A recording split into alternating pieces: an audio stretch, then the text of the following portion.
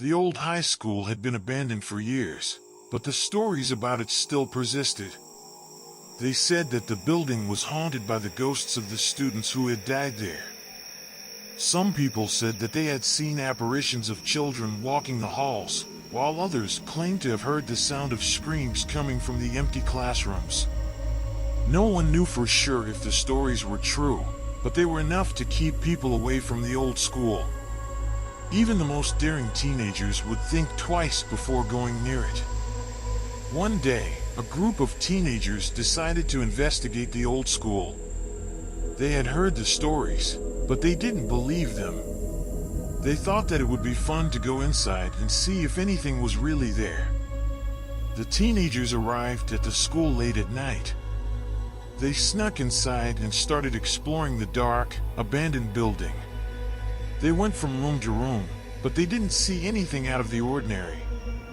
Just when they were about to give up, they heard a noise. It was a faint sound, but it was definitely there. The teenagers followed the sound to the basement. The basement was dark and damp. The teenagers could hear the sound of dripping water coming from somewhere in the darkness. They slowly made their way down the stairs, their hearts pounding in their chests. When they reached the bottom of the stairs, they saw a figure standing in the shadows. The figure was tall and thin, and it was wearing a long, white dress. The teenagers froze. They couldn't believe their eyes. The figure was the ghost of the girl who had been murdered in the school many years ago. The ghost started to walk towards the teenagers. They turned and ran, but the ghost was faster. It chased them through the basement, its long, white dress billowing behind it. The teenagers ran as fast as they could, but they couldn't outrun the ghost. It was getting closer and closer. Just when it seemed like the ghost was going to catch them, the teenagers reached the stairs. They scrambled up the stairs and out of the basement. The teenagers ran out of the school and into the night. They didn't stop running until they were sure that the ghost wasn't following them. When they finally stopped, they were all out of breath. They looked at each other, their faces pale with fear. "Did you see that?" one of the teenagers asked. "Yeah," another one said. "I saw it too." They all knew that they had seen something that night, something that they would never forget. Chapter 6: The Aftermath. The teenagers never went back to the old school. They couldn't bring themselves to go back to the place where they had seen the ghost. But they never forgot what they had seen that night. The image of the ghost was burned into their memories, and they would never be able to forget it. A new girl started at school the following year. She was quiet and shy, and she didn't seem to have any friends. One day, the teenagers who had seen the ghost were talking about it in the hallway. The new girl overheard them, and she asked them what they were talking about. The teenagers told her the story of the ghost, and the new girl was fascinated. She asked them if they would take her to the old school so that she could see it for herself. The teenagers were hesitant at first, but they eventually agreed. They took the new girl to the old school late one night, and they showed her the basement where they had seen the ghost. The new girl was scared at first, but she eventually worked up the courage to go down into the basement. She looked around, but she didn't see anything. "Are you sure you saw a ghost here?" she asked the teenagers.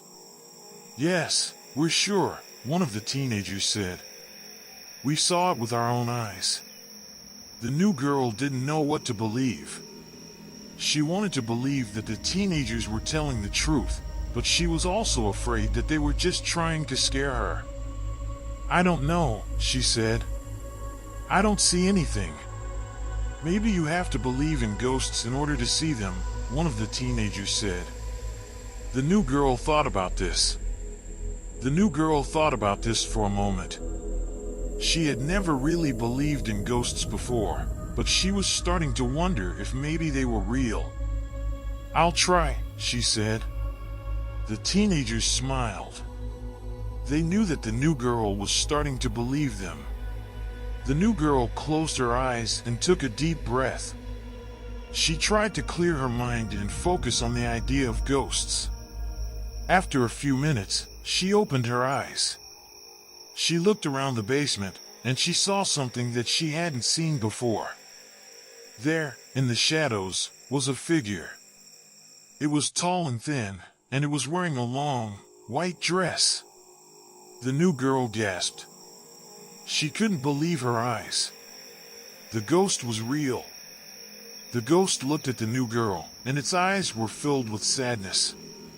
"Why are you here?" the new girl asked. "I'm here because I'm lost," the ghost said. "I can't find my way home." "I'll help you," the new girl said. The new girl took the ghost's hand, and they walked out of the basement together. The ghost led the new girl through the school, and they eventually found their way to the front door. The ghost stopped at the door, and it turned to the new girl. "Thank you," the ghost said. "You've helped me find my way home." The ghost smiled, and then it disappeared.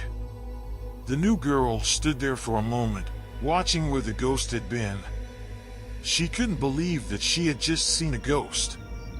But she knew that it was real. She had seen it with her own eyes. The new girl turned and walked away, and she never saw the ghost again. The new girl never told anyone about what she had seen. She didn't want anyone to think that she was crazy. But she never forgot what she had seen, and she always wondered what the ghost story was. Years later, the new girl was grown up and had a family of her own.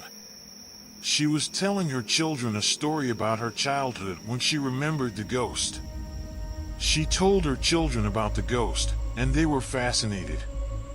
They asked her if she still believed in ghosts, and she said that she did.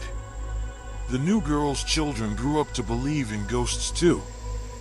They told their own children stories about the ghost, and the legend of the ghost was passed down from generation to generation. One day, the new girl's granddaughter was visiting her. They were talking about the ghost, and the granddaughter asked her grandmother if she had ever tried to help the ghost find its way home.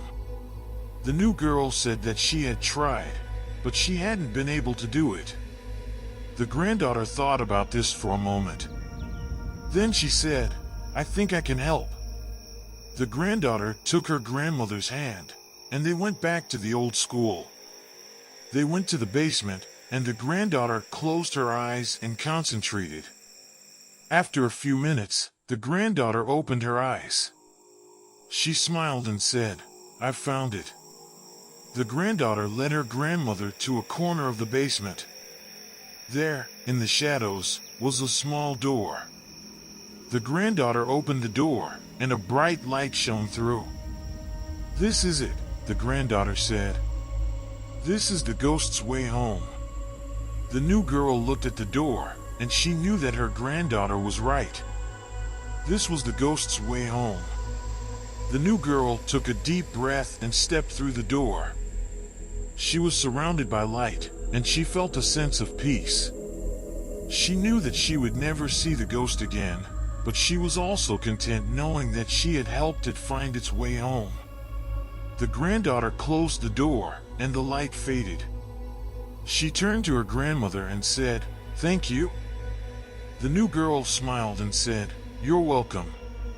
The granddaughter and the new girl left the basement and went back upstairs.